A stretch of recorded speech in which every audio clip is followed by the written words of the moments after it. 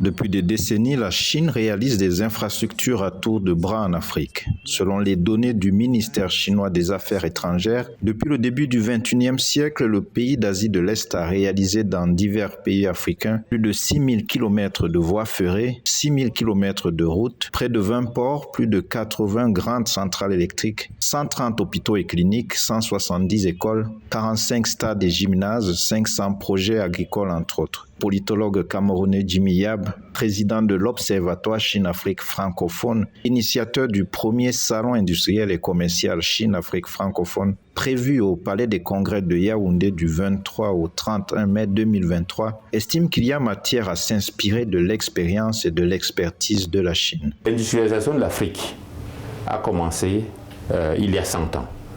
L'industrialisation de l'Asie a commencé il y a 100 ans. Mais comment est-ce que les industries n'ont pas prospéré en Afrique? Pourquoi on n'a pas une Afrique industrielle? Tout simplement parce que le modèle de développement que nous avons adopté n'était pas favorable à cette industrialisation. Nous avons eu des modèles venus d'ailleurs, je ne veux pas citer cela. Il est question de prendre des modèles économiques qui sont plus ou moins semblables à la vie des Africains.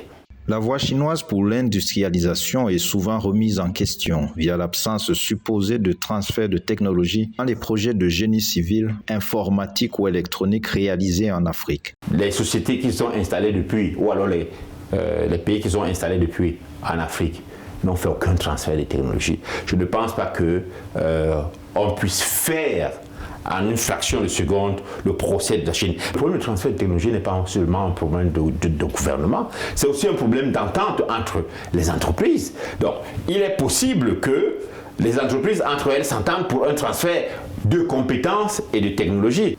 Le salon Chine-Afrique francophone, c'est le but d'initier la conversation. Selon l'indice 2022 du rapport sur l'industrialisation de l'Afrique de la Banque africaine de développement, l'Afrique du Nord fait figure de région africaine la plus industrialisée, suivie de l'Afrique australe qui regroupe plusieurs pays anglophones. L'Afrique centrale et l'Afrique de l'Ouest, qui regroupent les pays francophones du continent, précèdent dans ce classement l'Afrique de l'Est, qui occupe le dernier rang des pays industrialisés du continent.